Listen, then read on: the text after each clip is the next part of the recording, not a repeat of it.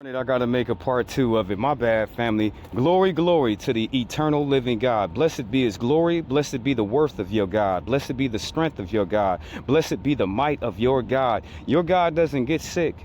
Your God doesn't get tired. Your God doesn't have to answer to anyone on the workings of his hands.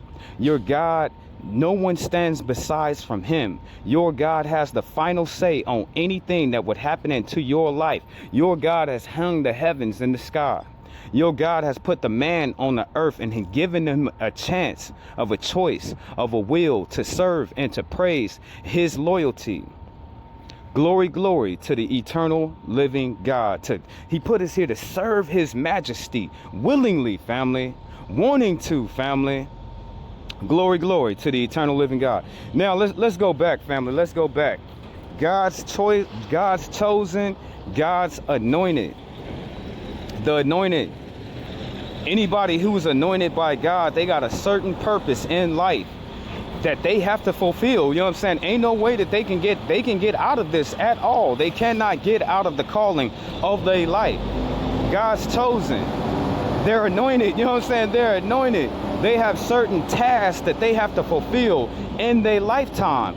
And the damn shame is that people, they can lose. You can be chosen. You can be anointed by God for certain purposes, but you can lose your anointment. Why do I say that for? Because look at Saul. Saul was the first anointed king of all of Israel, of the 12 tribes of Israel. Saul went out there and he gave into his own lust. Saul gave into the pleasures of wanting to please the people. Saul, he wanted to soothe his whole heart. And in the process of that, he was sent down torturing spirits for not wanting to obey God. In that process, he lost his anointment, because he did not want to do what God wanted him to do. So God had just picked somebody else, you know what I'm saying? But God chose that person for that specific reason.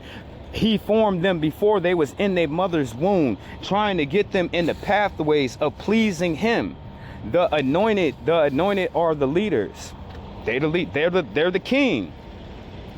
But the chosen are also they're leaders. You know what I'm saying? They're like the leaders. They're like second in command. Like if this was some great army, or let's say the president, we all look up to the president, right?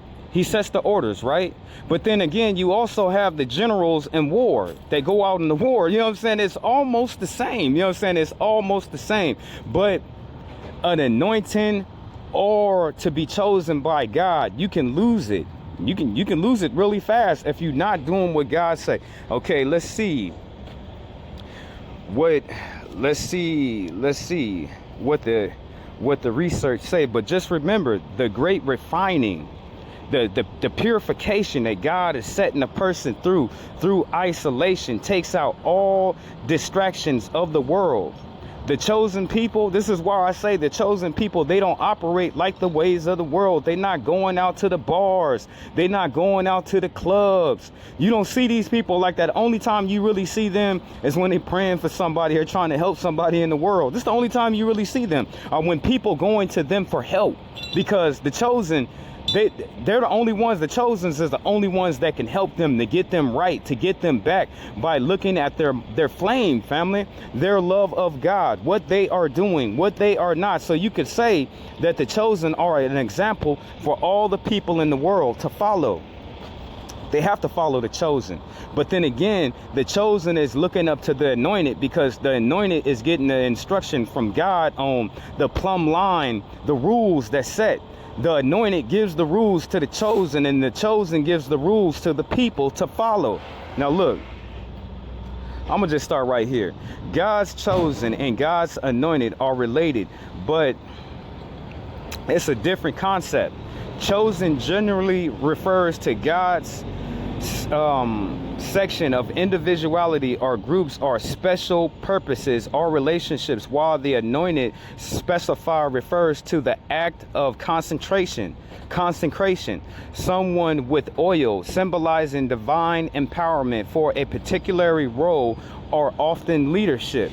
This is why I say the anointed, they're leaders, but then the chosen, it's almost like the same, but it's an anarchy of a power structure. You know what I'm saying? The anointed is at the top, but right under the top is God's chosen. Aaron was God's chosen amongst all people to lead the people. The chosen are supposed to lead the people. The anointed is supposed to set the pathway in which the people are supposed to follow.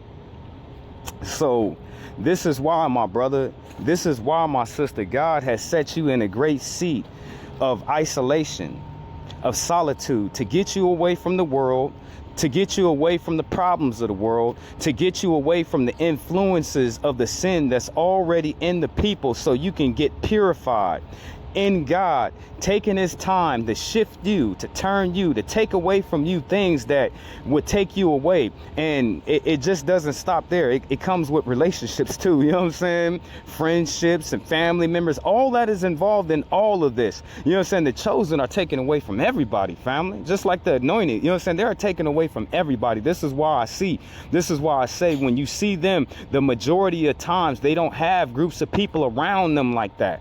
Why? Because the chosen are being instructed by God on how to lead the people. You can't lead the people if you're doing evil. You can't lead the people if you yourself are doing wrong. So this is the difference between the anointed, and this is the difference between the chosen. They are almost the same, family. They're almost the same, because if Moses never came off of that mountain, the people would have looked at Aaron as if he was Moses. He would have just absorbed his position in. So it's almost the same. It's only a little bit of difference. But the anointed, they are leaders. You know what I'm saying? The big leader, the big boss. You know what I'm saying? The big boss. You know what I'm saying? You got the supervisor, then you got the managers, then you got the boss, and they all fall in line, and it all falls in order. But this is why God has taken this time of your life to send you in this great isolation, family, this great refuge, so he could take it upon himself to purge, family, to purge all the darkness out of that person, to give them something that this world never has. He can't give that to everybody, because a lot of people can't handle being chosen. They cannot, family, because God is going to ask these people to do all these certain different things and be a certain way that the world cannot be, not by itself. The world and the people in it would need someone to hold their hand. God is holding the chosen hand, and he's walking with them, instructing them. It's what he is doing, family. And also the chosen, they're like judges amongst our people as well. They're like judges, family. What does a judge do? He gives the final verdict. Now, that same verdict of that rule, of that instruction that was given, came from the anointed. The chosen knew it was right. You know what I'm saying? The chosen knew it came directly from God, because they got their spokesperson, the anointed. So let me go ahead and get up off of here. Glory, glory to the great God of heaven and the earth. Peace and blessings be upon your day. Blessed going in, blessed coming out, blessed waking up, blessed going over here, blessed at the grocery market, blessed at your job, blessed at your school, blessed at your neighborhood. For our God, he will reign in our day and speak on our favor, and use all these things to lift you up, brother, to lift you up, my sister, in this day. Glory, glory given to the eternal living God.